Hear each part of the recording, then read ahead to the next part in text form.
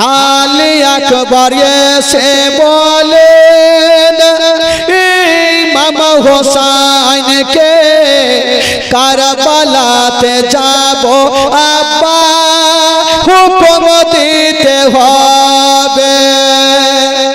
আলী আকবর এসে বলছেন আব্বাকে, কি বলছেন?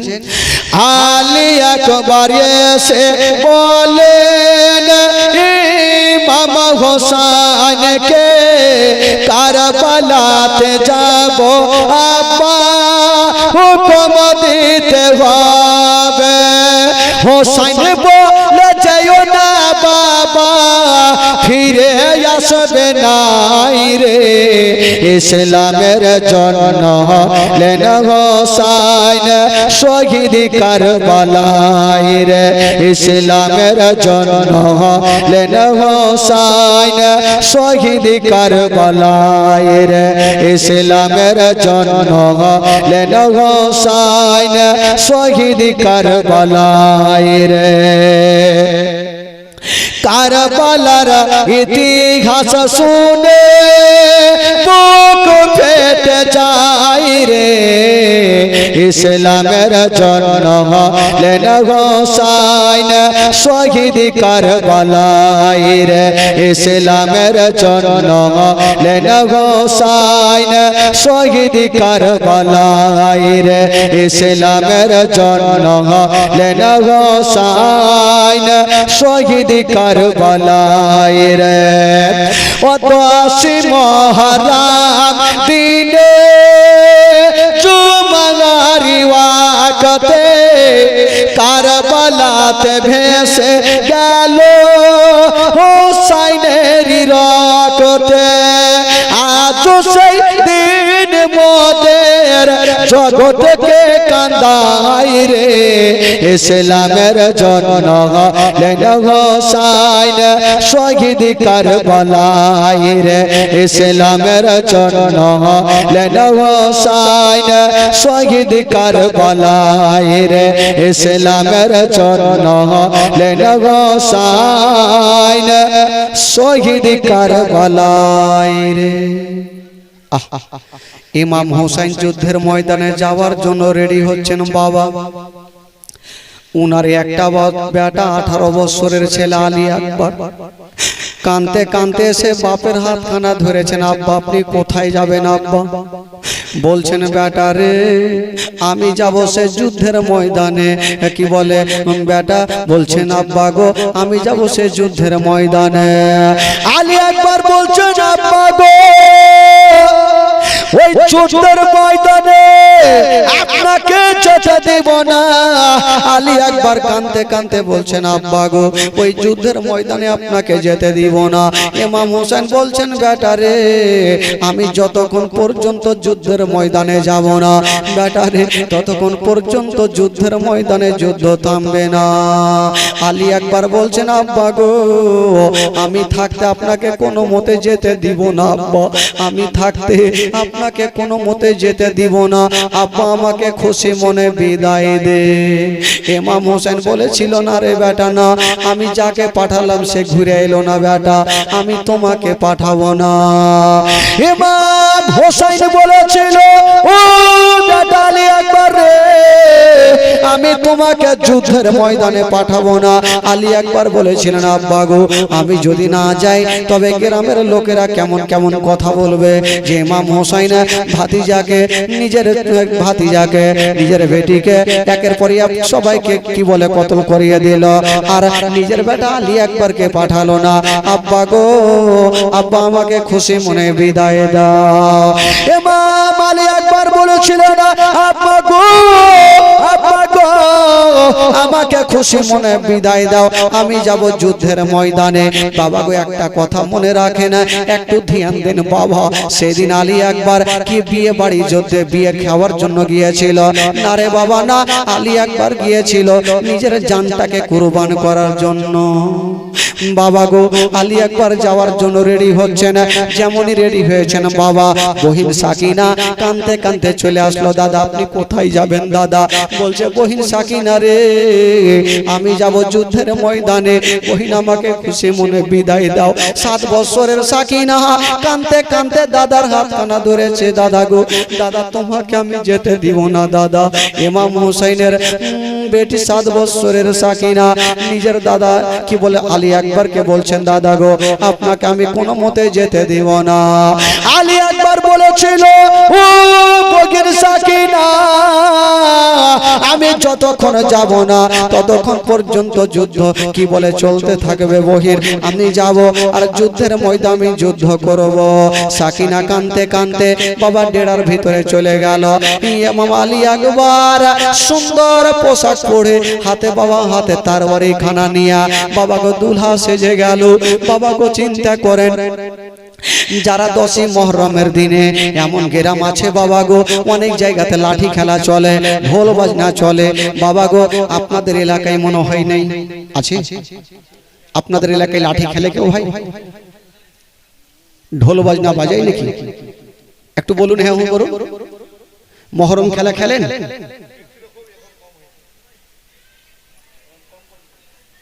আগে খেলেছেন নাকি? আচ্ছা যারা খেলেছেন একটু হাত তুলেন তো ভাই। কেউ নেই? আগে খুব খেলেছেন তার মানে এখন বন্ধ আছে, বুঝতে শিখেছেন। এই ঘটনা শুনেন ভাই, এই ঘটনা যদি দিল থেকে আপনি শুনেলেন জিন্দেগিতে আপনি খেলার দিকে পর্যন্ত যাবেন না। ইমাম হুসাইন বেটাকে খুশি মনে বিদায় দিচ্ছেন বাবা। আলী আকবর যাওয়ার জন্য রেডি, কোথায়? যুদ্ধের ময়দানে।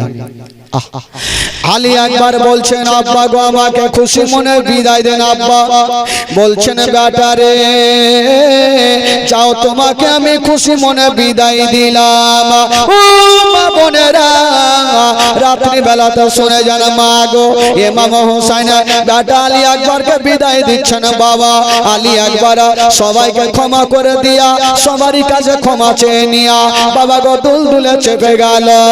যেমন দুলদুলে চেপে গেছে মা, দুলদুলের যেমনই লাগামটা টান দিবে 7 বছরের সাকিনা দৌড়াতে দৌড়াতে গিয়া যেন বাবা গো ওই দুলদুলের লাগাম ধরে নিল। যেমন দুলদুলের লাগাম ধরেছে মা, আলী আকবর বলছে, বহির সাকিনা রে তুমি দুলদুলের লাগাম কেন ধরলে বলো? সাকিনা বলছেন, দাদা গো আমি দুলদুলের লাগামটা ধরেছি দাদা গো একটা কারণ আছে। আচ্ছা কারণটা কি বলো? সাকিনা বলছেন, দাদা গো একটা কারণ আছে। দাদা আপনি আজকে আপনি দুলহা সেজেছেন, দাদা আপনি দুলহা সেজে যাচ্ছেন যুদ্ধের ময়দানে যুদ্ধ করার জন্য। তবে দাদা গো আমরা ভালো করে জানি আমাদের সমাজেও আছে, যখন কাউরি ভাই বিয়ে করার জন্য দুলহা সাজে, ছোট বহিনেরা গিয়ে ভাইয়ের সামনে কোনো আশা নিয়ে দাঁড়িয়ে যায়, কেউ টাকা দেয়, কেউ জামা দেয়, কেউ পয়সা দেয়। সাকিনা বলছেন, দাদা গো আপনি তো দুলহা সেজে আছেন, দাদা আপনি তো যাবেন যুদ্ধের ময়দানে, তবে দাদা গো এই আদরের বহিনটাকে আপনি কি দিয়ে যাবে? একটু কিছু দিয়ে যান। এই কথা বলতে নাই আলী আকবরের চোখ দিয়ে পানি থামলো না। আলী আকবর বলেছিল, বহিন সাকিনা রে তুমি যখন আমার কাছে চেয়েছো বহিন, তোমাকে আমি কেমন করে না করব? তোমাকে বেশি না পারলেও আমি অল্প দিয়ে বুঝিয়ে নিব। কি দিয়েছিলেন বাবা? ইমাম আলী আকবর বলেছিলেন, ও বহিন সাকিনা আজকের দিনে তোমাকে আমি টাকা দিতে পারবো না, পয়সা পারবো না, তোমাকে কিছু দিতে পারবো না, তবে খালি হাতেও যাব না। তবে বহিন সাকিনা রে তুমি তোমার আঁচল খানা আমার সামনে রেখে দাও। 7 বছরের বহিন সাকিনা ভাবছেন দাদার কাছে কিছু খাওয়ার পাবো, কিছু টাকা পাবো। নিজের ওন্না খানা ছোট্ট বহিন নিজের ওন্না খানা এইভাবে পেতেছেন বাবা। ইমাম আলী আকবর মুখটা বাড়ায়া একটা দুটা ফোঁটা চোখের পানি কি বলে ওই সাকিনা সাকিনার কোঁছাতে দিয়ে দিলেন বাবা গো।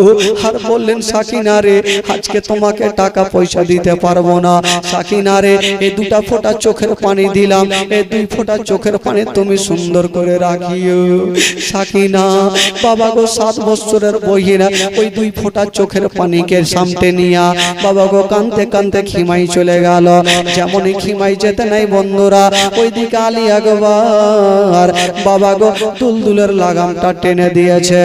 যেমনই টেনেছেন একটু আগিয়ে গিয়ে বাবা ইমাম আলী আকবর মদিনার দিকে মুখ করে দাঁড়িয়ে গেল। যেমনই দাঁড়িয়েছেন বাবা ও মা বোনেরা ও ভাইরা বাবাজিরা আলী আকবর যেমনই দাঁড়িয়ে গেল ইমাম হোসেন বলছে বেটারে তুমি কেন দাঁড়িয়ে গেলে বলো, তুমি যুদ্ধের ময়দানে যাও, তুমি কি ভয় করে পেয়ে গেলে? নবী বংশের ছেলে আলী আকবর বলেছিলেন আব্বা গো আমি ভয় পাই না আব্বা, আমি মদিনার দিকে মুখ করে এই জন্য দাঁড়িয়ে গেলাম আব্বা। আব্বা গো আমি যখন আসছিলাম মদিনা থেকে আমার ছোট্ট বহিন সুগরা খাতুন 11 বছরের বহিন আমার হাত ধরে কাঁদতেছিল, ভাই আমাকে নিয়ে যাবে না? আমি বলেছিলাম বহিন রে তোমাকে কয়েক মাস পরে আমি তোমাকে দায়িত্ব করে নিয়ে যাব। ভাই আমি আমার বহিনের আশাটা আমি পূরণ করতে পারলাম না, তার জন্য মদিনার দিকে মুখ করে আমার বহিনের কাছে আমি ক্ষমা চেয়ে নিচ্ছি রে বাবা গো। ইমাম আলী একবার বহিনের কাছে ক্ষমা চেয়ে নিয়া বাবা দুলদুলে চেপে গেল। যেমনে দুলদুলে চেপে গেছে মা, যেমনে দুলদুলে চেপে যাওয়া ওই দুলদুলের লাগামটা টেনে দিয়েছেন বাবা। যেমনই টানতে নাই বন্ধুরা পৌঁছে গেল যুদ্ধের ময়দানে। যেমনই যেতে নাই বাবা হাজার হাজার সৈন্যরা চতুর্দিক থেকে ঘেরাও করেছেন বাবা, চতুর্দিক থেকে ঘেরাও করেছিল। আর আলী আকবর পাহুল মানের মতো বাবা গো যুদ্ধের ময়দানে দাঁড়িয়ে গেল।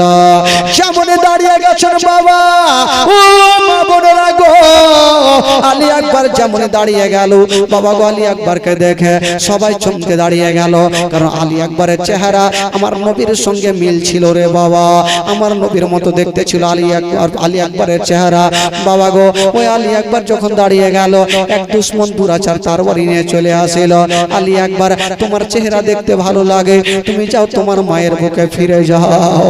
হায়রে নবী বংশের ছেলে আলী আকবর বলেছিল ওরে দুশমনেরা আমার চেহারা ভালো লাগে রে। আলী আকবর চেহারা কি ভালো লাগে না? আমার চেহারা ভালো লাগে রে। সাকিনার চেহারা কি ভালো লাগে না?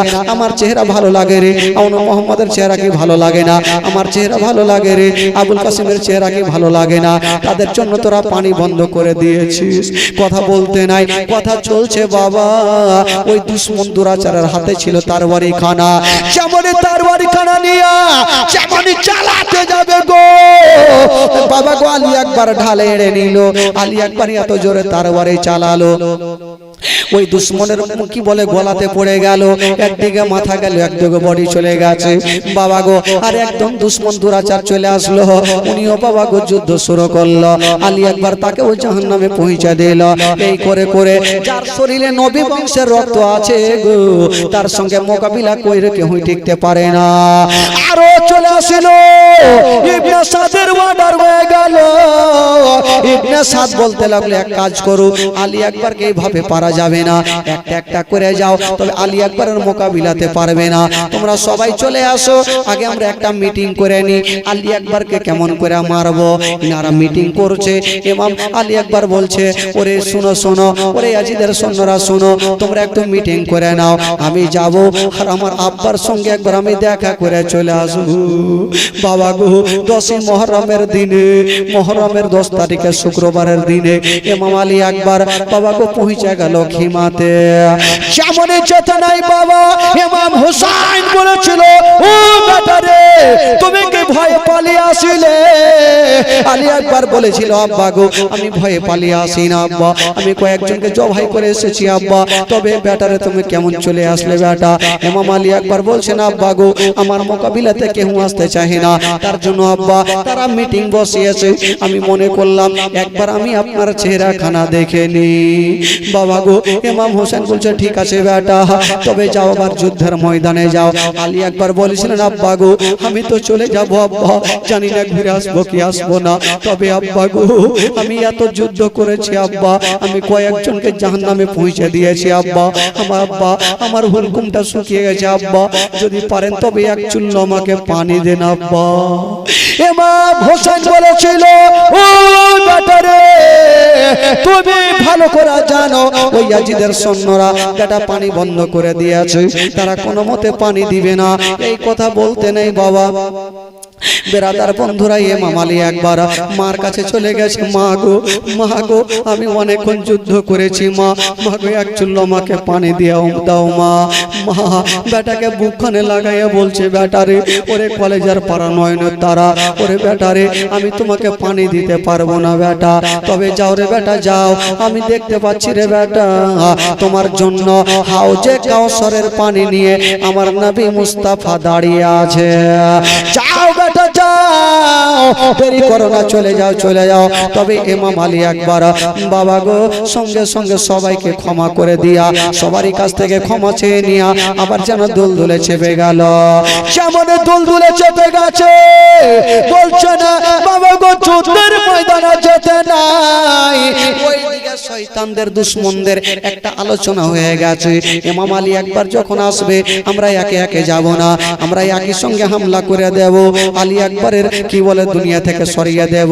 বাবা গো আলী আকবর যেতে নাই, দুশমনেরা একই রকম তীর বর্ষাতে আরম্ভ করলো, সেই মতো তীর বর্ষাতে নয়, সেই মতো তীর বর্ষাচ্ছে বাবা, যেই মতো বৃষ্টি বর্ষণ হয় সেই মতো তীর চালাচ্ছে রে বেরাদার, এত তীর চালায় ওই তীর হাতে লাগে টেনে দেয়, পায়ে লাগে টেনে দেয়, এক দুশমন দুরাচার এত জোরে একখানা তীর চালিয়েছে বাবা, ওই তীরখানা এসে লাগবি তো লাগ, আলী আকবরের হাতে লাগলো না, পায়ে লাগলো না, ওই তীরখানা এসে আলী আকবরের চোখের কোণাতে লেগে গেল, যেমনই লেগে গেছে বাবা গো আলী আকবর দাঁড়িয়ে থাকতে পারলেন না, আলী আকবর জমিনে পড়ে গেছে, আর যেমনই পড়ে গেছে বাবা গো আলী আকবরের দুলদুল যেন চতুর্দিকে ঘুরতেছিল, আলী আকবর বলছে দুলদুল রে আর ঘুরতে হবে না, যাও আমার হালিয়াদেরকে খবরখানা করে দাও যে ইমাম আলী আকবর যুদ্ধের ময়দানে কামিয়াব হয়ে গেছে, দুলদুল যাও আমার হালিয়াদেরকে খবরখানা করে দাও, যাও রে দুলদুল কয়রে খবর আমার হালিয়া জানোয়ার কান্দে না, যাও রে দুলদুল দিও রে খবর আমার মা জননিয়ার কান্দে না, মনের দুঃখ মনে রইল দুলদুল, মনের দুঃখ মনে রইল, মদিনা যাওয়া হলো না। ইমাম আলী আকবর বলতে থাকলো আর দুলদুল বাবা চলতে থাকলো, তবে ইমাম আলী আকবর বলছেন আব্বা গো আপনি কোথায় আছেন আব্বা, আমার লাশখানাকে নিয়ে চলো আব্বা গো নিয়ে চলো। ওইদিকে ইবনে সাদ বললে এক কাজ করো, আলী আকবরের চেহারা নবীর সঙ্গে মিল আছে, এক কাজ করো আলী আকবরের চেহারাতে 22,000 সৈন্য ঘোড়া দড়িয়ে দাও, চেহারাতে যখন ঘোড়া চালাবে তখনই বডি পাসলি হয়ে যাবে, তাই করা হলো বাবা, 22,000 ঘোড়া আলী আকবরের ওপরে চালিয়ে দিল, চেহারাতে চালিয়ে দিয়েছেন বাবা, যেমনই চালিয়ে দিয়েছেন আলী আকবর আছে আলী আকবর মাথায় একদিকে ছুটে চলে গেছে, নাড়ি ভুঁড়ি একদিকে ছুটে চলে গেছে, একদিকে বাবা গো গলা ছুটে চলে গেছে, একদিকে হাত ছুটে চলে গেছে, আলী আকবর সারা জীবনের মতো দুনিয়াটা ছেড়ে চলে গেল। সকলে পড়ো না ইন্না লিল্লাহি ওয়া ইন্না ইলাইহি রাজিউন। আলী আকবর দুনিয়া ছেড়ে চলে গেছেন, ইমাম হোসেন দৌড়াতে গেল, আমার বেটার কি হলো জানি না, যেমনই যাচ্ছেন বাবা আলী আকবরকে কোনো দিকে দেখা যায় না, হঠাৎ করে নিচে নজর করে দেখছে না বাবা গো আলী আকবরের যেন একখানা পায়ের টুকরা যেন বাবা মাটিতে পড়ে আছে, আবার দেখছেন তাকিয়া যেন বাবা গো ইমাম আলী আকবরের হাতের টুকরা পড়ে আছে, বডির টুকরা পড়ে আছে, বাবা গো নাড়ি ভুঁড়িগুলা বেরিয়ে গেছে। ইমাম হুসাইন বেটার কাটা বংশগুলাকে নিয়ে একটা জায়গাতে রেখেছেন বাবা।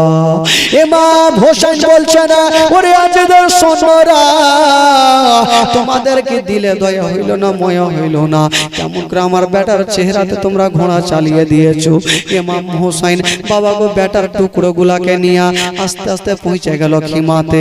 ডাক দিচ্ছেন, বিবিরে, বিবিরে যা আমার আলী আকবরকে নাও। বিবি সাহেবা যেমনই দেখেছেন বাবা, হাই রে মা, যেমন দেখতে নাই, সঙ্গে সঙ্গে মা কাটা বংশগুলাকে নিয়ে সামনে রেখে দিয়েছেন বাবা। আর ঝরঝর করে কাঁদছেন, আল্লাহ ওগো রব্বুল আলামিন, আমার বেটা আজকে কারবালার প্রান্তরে গিয়ে শহীদ হয়ে গেল। তবে মা বলেছিল, ওরে ইয়াজিদের সৈন্যরা, তোমরা একটা কথা মাথায় রাখো, যদিও আমার একটা আলী আকবর কেন, যদি আমার হাজার হাজার আলী আকবর হয়, আমি কি বলে কারবালার প্রান্তরে আমি কুরবান করে দেব, কিন্তু ইয়াজিদের হাতে হাত দিয়া মুরিদ হব না, ইয়াজিদের হাতে হাত দিয়া মুরিদ হব না। এই কথা কই করে বলতে নাই বাবা, আলী আকবর দুনিয়া থেকে বিদায় নিয়ে চলে গেল। ইমাম হোসেন বলছেন, ও বিবি সাহেবা, দাও আমার বেটাকে একবার দাও, আমি একবার কারবালায় নিয়ে যাব, আর কারবালায় গিয়ে দাফন করব।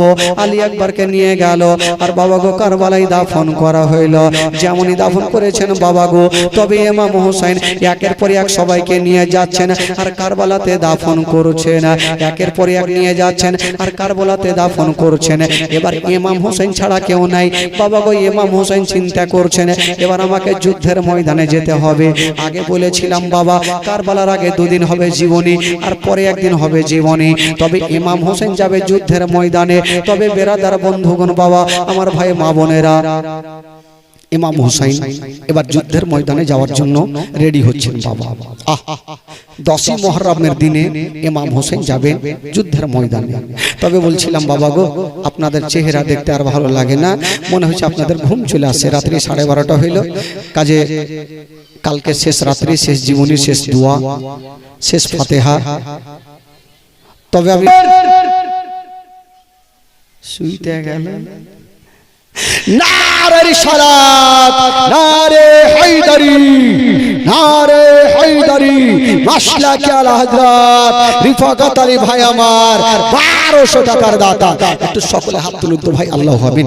আল্লাহ গো রব্বুল আলামিন মাওলা রিফাকাত আলী ভাই মাওলা গো 1200 টাকা আল্লাহ এই পবিত্র সভাতে আল্লাহ তোমার ঘরের জন্য দান করেছেন। আল্লাহ আল্লাহ যে আশা নিয়ে দান করেছেন মাওলা, তার দানকে তুমি কবুল করে নাও, তার মনের বাসনাকে আল্লাহ তুমি পূরণ করে দাও, তার বাবাকে তুমি জান্নাতবাসী করে দাও মাওলা, তার বাড়িতে আরো কেউ অসুস্থ থাকে মাওলা, তাকে তুমি সুস্থ বানিয়ে দাও। আমি সুম্মা আমিন। বাহাকি লা ইলাহা ইল্লাল্লাহু মুহাম্মাদুর রাসূলুল্লাহ সাল্লাল্লাহু আলাইহি ওয়াসাল্লাম। এ খালা, লক্ষ্মীর ভান্ডার গে, লক্ষ্মীর ভান্ডার নিয়ে এসে আমি জানি। আমার কমিটি ভাইকে বলবো, বড় বড় বস্তাগুলো ওইদিকে নিয়ে যান।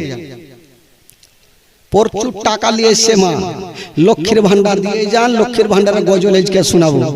হ্যাঁ, একটু যান কমিটি ভাই, একটু জান তো দেখি আমার মা বোনেরা। তবে বলছিলাম বাবা গো, একটা কোন খোদার বান্দা আছেন গো, যোগ্য মায়ের যোগ্য বেটা, আর একজন 1000 টাকা দেনে বলা হবেন? একটা কোন খোদার বান্দা। আর এই কমিটি যারা আছো ভাই, একটু সামনে চলে আসো, তোমাদেরকে একটা নাত পড়বো, একটু চলে আসো সামনে ভাই। তবে বলছিলাম, একটা কোন খোদার বান্দা আছেন বাবা গো, একটা কোন যোগ্য মায়ের যোগ্য বেটা, 1000 টাকা। আজকে সবারই জন্য দোয়া করবো ভাই। আছেন একটা কেউ হবেন 1000 টাকা দেনেওয়ালা, নিজের মার জন্য, বাবার জন্য, আত্মীয় স্বজনের জন্য, আল্লাহর ঘরে বুঝিয়ে দেনেওয়ালা একটা আছেন কেউ? দেখি একজন হাত তুলেন তো ভাই, চট করে। ইনশাআল্লাহ আজিজ তার জন্য দোয়া করে দেব। একটা ভাই যদি হতে পারেন 1000 টাকা।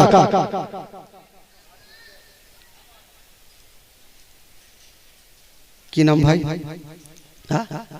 আব্বাস আলী। সুবহানাল্লাহ, মাশাআল্লাহ। নারে তাকবীর, নারে রিসালাত। আব্বাস আলী ভাই আমার 1500 টাকার দাতা। সুবহানাল্লাহ, মাশাআল্লাহ। আব্বাস আলী ভাই দিয়েছেন 1500 টাকা। ওই ভাইয়ের জন্য আগে দোয়া করেন, আল্লাহ হবে। আল্লাহ গো রব্বুল আলামিন মাওলা, আমার আব্বাস আলী ভাই মাওলা গো, আল্লাহ তোমার ঘরের জন্য 1500 টাকা দান করেছেন। আল্লাহ আল্লাহ, যেমন আল্লাহ তোমার ঘরকে সাজার জন্য দান করেছেন মাওলা, আল্লাহ তুমি তার জন্য জান্নাতে এখন ঘর সাজিয়ে দিও মাওলা রব্বুল আলামিন মাওলা গো তার বাড়ি থেকে অসুস্থ থাকে সুস্থ বানিয়ে দিও মওলা তার বাড়িতে রোজি রোজগারে আল্লাহ তুমি বরকত দান দিও মওলা আমিন সুম্মা আমিন বিহাক্কি লা ইলাহা ইল্লাল্লাহু মুহাম্মাদুর রাসূলুল্লাহ সাল্লাল্লাহু তাআলা আলাইহি ওয়াসাল্লাম বেরাদার বন্ধুগণ 1000 চাইলাম পেলাম 1500 চাইনি তাও পেলাম আচ্ছা 1500 হলো আচ্ছা একটাকে 2000 টাকা হবে না ভাই একটা কেউ নাই যে 2000 টাকা দেনে বলা একটা কেউ আছেন কোন কমিটি থেকে কোন ভাই চাচা এই গ্রামটা একটা বিশাল বড় এলাকা একজন কেউ হবে 2000 টাকা দেনে বলা নিজের মার জন্য একটা দিতে পারবেন উঠান তো দেখি একটা মহব্বতে হাত একটা শুধু খোদার বান্দাকে আমি দেখতে চাই এই পবিত্র সভা থেকে একটা কোন খোদার বান্দা মাত্র 2000 টাকা দেনে বলা হবে না একটা কেউ দিতে পারবেন কেউ আছেন কোন যোগ্যময় যোগ্য বেটা জবরদস্ত নিব না দিল থেকে প্রাণ থেকে 2000 টাকা উঠান দেখি ভাই একটা যে আমি মাকে ভালোবাসি আমার মার জন্য আমি 2000 টাকা দান করলাম হুজুর আমার মা দুনিয়া থেকে চলে গেছেন একটু দোয়া করে দেন মাশাআল্লাহ কেঁদে কেঁদে দোয়া করব আপনার মার জন্য হবেন কেউ 2000 টাকা দেনে বলা একটা কেউ আছেন উঠান দেখি এই পবিত্র কাচনা বাড়ির মাটি থেকে একটা কোন ভাই আছেন মাগো আপনাদের মধ্যে 1000 করে টাকা এক মাসের টাকা দিলে কিচ্ছু হবে না খালা হ্যাঁ লক্ষ্মীর ভান্ডারে এক মাসের টাকা 1000 করে টাকা আমার 10টা মার কাছে লিও একটু চট করে পাঠান তো খালা বেরাদার বন্ধুগণ একটু চট করে পাঠান দেরি করিয়ে না মাগো আপনারা একটু তাড়াতাড়ি করে পাঠান আর মা বোনদের জন্য ইনশাআল্লাহুল আজিজ আমার মা বোনেরা প্রচুর আজকে এসেছে আর আমার মা বোনেরা প্রচুর দানও করবে তবে বলছিলাম বাবা গো আপনাদেরকে বলছিলাম 1000 টাকা একটা ভাই আমার হলো তবে আর একজন 1000 হবে না আর একজন 1000 টাকা একটা কোন যোগ্যময় যোগ্য বেটা 1000 টাকা দেনে বলা একটা কোন খোদার বান্দা একটু হাত তুলুন তো ভাই দেখি মহব্বতে উঠানে वाला একজন যোগ্যময় যোগ্য বেটা উঠান দেখি একটা কোন খোদার বান্দা 1000 টাকা আলী আসকারের মহব্বতে একটু দেন তো ভাই দেখি আলী আসকার মহব্বতে 1000 টাকা একটা কেউ আছেন বাবা গো এত আমার যুবক ভাইরা আছেন বাচ্চা চাচা সবাই তো আছেন 1000 টাকা করে টাকা আমার 10টা ভাইয়ের কাছে চাইলাম মাত্র একটা পেলাম গো কেউ আমার নবীর প্রেম মহব্বত দিলে নিয়ে আছেন বাবা গো একটা পরিচয় দিতে পারবেন 1000 টাকা দিয়ে যদি আপনার মনে লাগে যে 1000 টাকা আনিনি হয়তো আমি কম দিব আল্লাহর ঘর মসজিদে একটা ইট পর্যন্ত দিলেও আপনার নেকি হবে ভাই তবে বলছিলাম বাবা গো একটা কাজ করেন 1000 বেশি যদি হয় তো আমি 5টা ভাইকে বলবো যে 500 করে টাকা দিতে পারবেন একটা প্রথম ব্যক্তি একটা 500 টাকা হন তো দেখি উঠান থেকে হাত চট করে 500 টাকা আছেন কেউ কোন যোগ্যময় যোগ্য বেটা হবেন মাগো আপনাদের মধ্যে 500 টাকা একটা ইশারা করেন তো খালা আমি জানি ওরা হবে না আপনাদের মধ্যে একটা দিন লক্ষ্মীর ভান্ডার দিলে কিচ্ছু হবে না মাগো একটু চট করে দেন তো দেখি একটা কোন মা যদি পারেন হ্যাঁ একটু তাড়াতাড়ি করে দেন ইনশাআল্লাহুল আজিজ প্রায় রাত্রি 12টা দেখতে দেখতে 12টা হয়ে গেল দেখতে দেখতে 12টা একটা হতে হতে প্রোগ্রাম শেষ হবে তবে বলছিলাম বাবা আমি একটা ছোট্ট করে বাংলা গজল বলবো আর যত পারবেন তাড়াতাড়ি করে মাগো যে চাদর গেছে দিছে ভাই দিছে না দেয় না লাভ দাও দাও মা দাও বেশি করে দাও খালাকে একটু বেশি করে দেন আল্লাহর ঘর মসজিদ আপনারা দেখতেই পাচ্ছেন আর একটু চটচট করে একটু বেশি করে দেন আর এই মসজিদে ভাই তোমরা এখানে বসে আছো একটু সামনে আসো তো ভাই ওই ওই যুবকরা ওই আসো এখানে আসো আমার চোখের সামনে আসো এখানে আসো একটা তোমরা একটা গজল পড়তে হবে আসো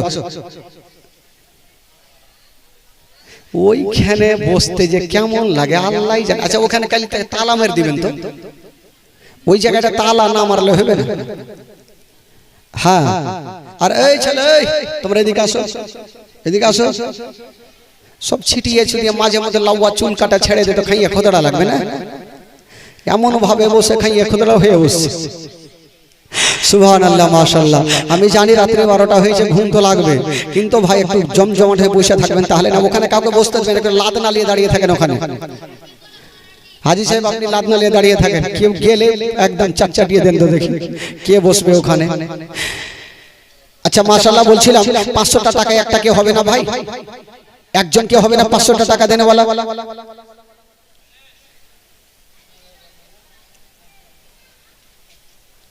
মা বাবার নাম আব্দুল রাজ্জাক সাহেব নাকি? সুবহানাল্লাহ। আব্দুল রাজ্জাক সাহেব মা বাবার নামে 1000 টাকার দাতা। সুবহানাল্লাহ, মাশাআল্লাহ। দেখেন বেরাদার, যে মনে করছে দিবে ও কখনো পিছিয়ে থাকবে না। তবে একটা বাংলা গজল একটু পড়ি, আপনারা আমার সাথে একটু পড়ুন, ততক্ষণ দানটা চলে আসবে, তারপরে বক্তব্যটা শুরু হবে। একটু আমার সাথে পড়ুন। ও দে দে পালা তুলে দে মাঝি খেলা করিস না, ছেড়ে দে নৌকা আমি যাব মদিনা, তুই ছেড়ে দে নৌকা আমি যাব মদিনা। একটু আমার সাথে পড়ুন তো ভাই, গোটা মাজমা পড়ুন। ও দে দে পালা তুলে দে মাঝি,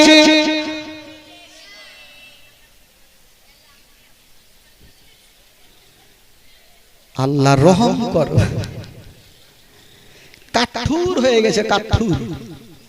যে যতই তুই চিল্লা আর বলবো না। একটু মন থেকে বলেন তো ভাই, ইমান তাজা হবে। একটু জোরে বলুন। ও দে দে পালা তুলে দে মাঝি খেলা করিস না, ছেড়ে দে নৌকা আমি যাব মদিনা, তুই ছেড়ে দে নৌকা, তুই ছেড়ে দে নৌকা আমি যাব মদিনা। দে দে পালা তুলে দে মাঝি খেলা করিস না, দে দে পালা তুলে দে মাঝি, ছেড়ে দে নৌকা আমি যাব মদিনা, তুই ছেড়ে দে নৌকা আমি যাব মদিনা, আমি দেখব মদিনা, আমি যাব মদিনা, আমি দেখব মদিনা, আমি যাব মদিনা, তুই ছেড়ে দে নৌকা আমি যাব মদিনা। মক্কায় নবী এলো মায়া মেনার ঘরে, হাসিলে হাজার মানে কাঁদিলে মুক্ত ঝরে। ও দয়াল নবী যার সাকা তার কিসের ভাবনা, দয়াল নবী যার সাকা তার কিসের ভাবনা, আমার হৃদয় মাঝে কাবা নয়নে মদিনা, আমার দিলের মাঝে কাবা নয়নে মদিনা। দে দে পালা তুলে দে মাঝি খেলা করিস না, ছেড়ে দে নৌকা আমি যাব মদিনা, তুই ছেড়ে দে নৌকা আমি দেখব মদিনা, আমি যাব মদিনা, আমি দেখব মদিনা, আমি যাব মদিনা, তুই ছেড়ে দে নৌকা আমি যাব মদিনা। আল্লাহুম্মা সাল্লি আলা মাওলানা মুহাম্মদ ওয়ালা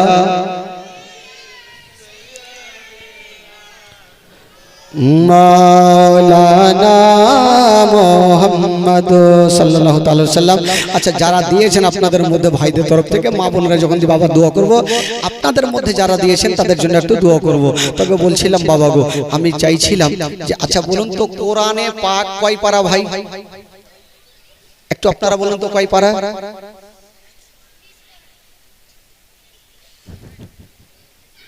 কত সে চাচা?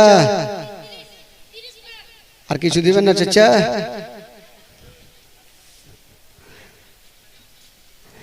বলে এটাও জানে না কোরআনে পাক কয় পারা, এটাও জানি 30 পারা। একটা জোলহা গেছে শ্বশুর বাড়ি শুক্রবারের দিন, তো আর শালা বলছে এ বহনু, আচ্ছা বহনু বলে না, কি বলে আপনাদের মধ্যে? বহনুই বলে না? আর বহনু বহিনের ভাইকে কি বলে? বহনু মানে নিজের বিবির ভাইকে কি বলে? খালা, শালা। হ্যাঁ, তো একটু জোরে বলবেন তাহলে তো। তো শালা শ্বশুর গেছে বহনু, তো আর শালা বলছে এ বহনু, বলে কি হলো রে শালা? বলে আজকে কি বার? বলে আজকে শুক্রবার। বলে শুক্রবার তো চলো জুম্মা পড়তে। বলে ধুর মাথা খারাপ, আমি নামাজ ফমাজ কিছু বুঝি না। দেখেন কোন মুসলমান বলছে নামাজই বুঝি না। তো শালা শিখাইছে বহুনু, চিন্তা করলে শালা চিন্তা করছে আজকে যদি বহুনু নামাজ না পড়তে যায় তো গ্রামে মান সম্মান থাকবে না, সব হারিয়ে যাবে। যেমন করে হোক বহুনুকে নিয়ে যেতে হবে। বলে বহুনু চলো, বলে কেমন নামাজ আমি বুঝি না ভাই রে। তো শালা শিখাইছে বহুনু এক কাজ করো, টাকা দিয়েছে কেউ এইটি এই কঞ্জুসের বেটি সব, আর নাই টাকা তৈরি করে আবার টাকা লাগবে, আবার পাঠাইছি আমি। তো শালা চিন্তা করলে যদি নামাজ পড়তে না যাই তাহলে মুশকিল হবে। তো বহুনুকে শিখাইছে যে এক কাজ করো, মসজিদে চলো, যে যেমন করবে তুমি দেখা দেখি তেমন করে নিবে। এখন দেখবেন জুম্মা মসজিদে আপনার দেখবেন নামাজ পড়তে যখন যাবেন তো 100টার মধ্যে দেখবেন 50% লোক নামাজ পড়তে জানে না। কি করে দেখা দেখি নামাজ পড়ে, নামাজ যখন পড়বে তো টেরা চোখে দেখবে ও কেমন করছে, মানে আমাকেও করতে হবে, দেখা দেখি করবে। তো ওই রকম শালাকে বহুনুকে শিখাইছে যে বহুনু চলো, যে যেমন করবে তুমি দেখা দেখি করে পড়ে চলে আসবে। ওই রকম নামাজ বলে হ্যাঁ চল, তাহলে চলে গেছে ভাই। প্রথম কাতারে ইমাম সাহেবের পিছনে দাঁড়িয়ে গেছে বেচারা 80 বছর 90 বছরের ইমাম, দুটা দাঁতওয়ালা ইমাম। নামাজ শুরু হয়েছে ভাই। তো প্রথম রিকাতে মাথা তুলতে গিয়ে ওই বহুনুর পাছাতে কার একটা মাথা কিন্তু লেগে গেছে। এই চিন্তা করলে বহুনু শালা বলেছে যে যেমন করবে আমাকেও করতে হবে, আমার পাছাতে কেউ মারলে আমি কাকে মারব। দেখছে সামনে ইমাম ছিল, ভাবছে আগে হুড়াইতে হবে, দিয়েছে হুড়িয়া ভাই, যা দুটা দাঁত ছিল ওইটা চলে গেল। ডান দিকে হুড়া মারছে, এই বহুনু কি করছো? কি ভাবছে ইয়ারাকে হুড়াইতে হবে, এমন ভাবে দিলে ওইটি উল্টা গেল। বাম দিকে হুড়া মারছে, এটিও উল্টা গেল। বেরাদার বন্ধুরা, না জানলে যে অবস্থা হয়, না জানলে আর কি করবে, কিছু বলার নাই। বেরাদার বন্ধুগণ, বাবাজি আর একজনকে দিয়েছে 50 টাকা দিয়েছে, মাশাআল্লাহ। আর কি বলছিলাম বাবা গো, যে কোরআনে পাক হচ্ছে 30 পারা। তো প্রথম পারার জন্য 300টা টাকা একটা হবে না ভাই। দুনিয়াতে ঝামেলা আছে, আল্লাহর কালামে কোনো ঝামেলা নাই। একটা কোন খোদার বান্দা মাত্র 300টা টাকা। একটু হাত তুলুন তো ভাই, কে হবে? একজন উঠান দেখি হাত, মহব্বতে একটা যুবক ভাই, বয়োজ্যেষ্ঠ চাচা, যে পারেন মাত্র 300টা টাকা। একটা কে হবে? উঠান দেখি, একজন মাত্র 300টা টাকা প্রথম পারার জন্য। একটা কেউ হবে না ভাই 300টা টাকা দেনেওয়ালা? আজকে যদি না থাকে আপনি কালকে দিয়ে, আজকে আপনার নাই আপনি কালকে দিয়ে, 300টা টাকা লাগবে। একটু চট করে আসেন তো ভাই দেখি, আছেন কেউ? মাগো আপনাদের মধ্যে 300টা টাকা কে হবে? খালা আজকে দিয়ে না, খালাকে কালকে দিয়ে। একটা কোনো মা যদি পারেন মাত্র 300টা টাকা আজকে লাগবে না, আপনি কালকে দিয়ে। এই যে একটা আমার ভাই, কি নাম জানি না ভাইয়ের, বাহারুল সাহেব, 300 টাকা দিয়েছেন প্রথম পারার জন্য। আচ্ছা 2 নম্বরের জন্য, 2 নম্বর পারার জন্য 300টা টাকা হবে না? আর 2 নম্বর পারার জন্য 300টা টাকা। বেরাদার বন্ধুগণ, বাবাজি আমার, তবে যাকে এদিক থেকে চাদর সেদিক থেকে হচ্ছে, আগে আসুন একবার দোয়া করি, তারপরে যেখান থেকে জীবনী রেখেছিলাম সেখান থেকে শুরু করব। আসেন সবাই হাত তুলে একবার দোয়া করুন। আল্লাহু আমিন। রব্বুল আলামিন মাওলা, এই পবিত্র সভাতে বসে মাওলা গো 100 টাকা 200 টাকা 500 টাকা 10 20 50 1000 1500 পর্যন্ত দান করেছেন। আল্লাহ আল্লাহ যে আশা নিয়ে দান করেছেন মাওলা, প্রত্যেকের দানকে তুমি কবুল করে নাও রব্বুল আলামিন। মাওলা গো, জানি না মাওলা এই পবিত্র সভাতে যিনারা দান করেছেন আল্লাহ, আল্লাহ তোমার ঘরের জন্য দান করেছেন মাওলা, আল্লাহ তুমি প্রত্যেকের ঘরের জন্য, ঘরে কি বলে ঘরের জন্য একখানা তুমি জান্নাতে ঘর সাজিয়ে দিও রব্বুল আলামিন। মাওলা গো, ছোট ছোট ছেলেরা, ছোট ছোট বহিনেরা তোমার দরবারে দুইখানা হাত তুলেছেন মাওলা রব্বুল আলামিন। মাওলা এই পবিত্র সভাতে যিনারা দান করেছেন মাওলা, তাদের হায়াতকে তুমি বাড়িয়ে দিও মাওলা রব্বুল আলামিন। মাওলা গো, তাদের বাড়িতে রোজি রোজগার আল্লাহ তুমি বরকত দান দিও মাওলা। আমিন সুম্মা আমিন। লা ইলাহা ইল্লাল্লাহ মুহাম্মাদুর রাসূলুল্লাহ সাল্লাল্লাহু আলাইহি ওয়াসাল্লাম। আল্লাহুম্মা সাল্লি আলা মাওলানা মুহাম্মদ ওয়া আলা আলে সাইয়্যিদিনা ওয়া আলা আলে সাইয়্যিদিনা সাল্লাল্লাহু তাআলা আলাইহি ওয়াসাল্লাম। আচ্ছা, আপনাদের ঘুম লাগছে নাকি ভাই? ছেড়ে দেব নাকি? আপনাদের ঘুম লাগছে? আপনাদের চোখ কিন্তু ছোট ছোট লাগছে যে। ঘুমাই না ভাই, একটু শুনেন। ইমাম হোসেন রাদিয়াল্লাহু তাআলা আনহু একের পর এক যাকে বাবা গো যুদ্ধের ময়দানে পাঠাচ্ছেন, একের পর এক গিয়ে নিজের জানকে কুরবান করে দিচ্ছেন।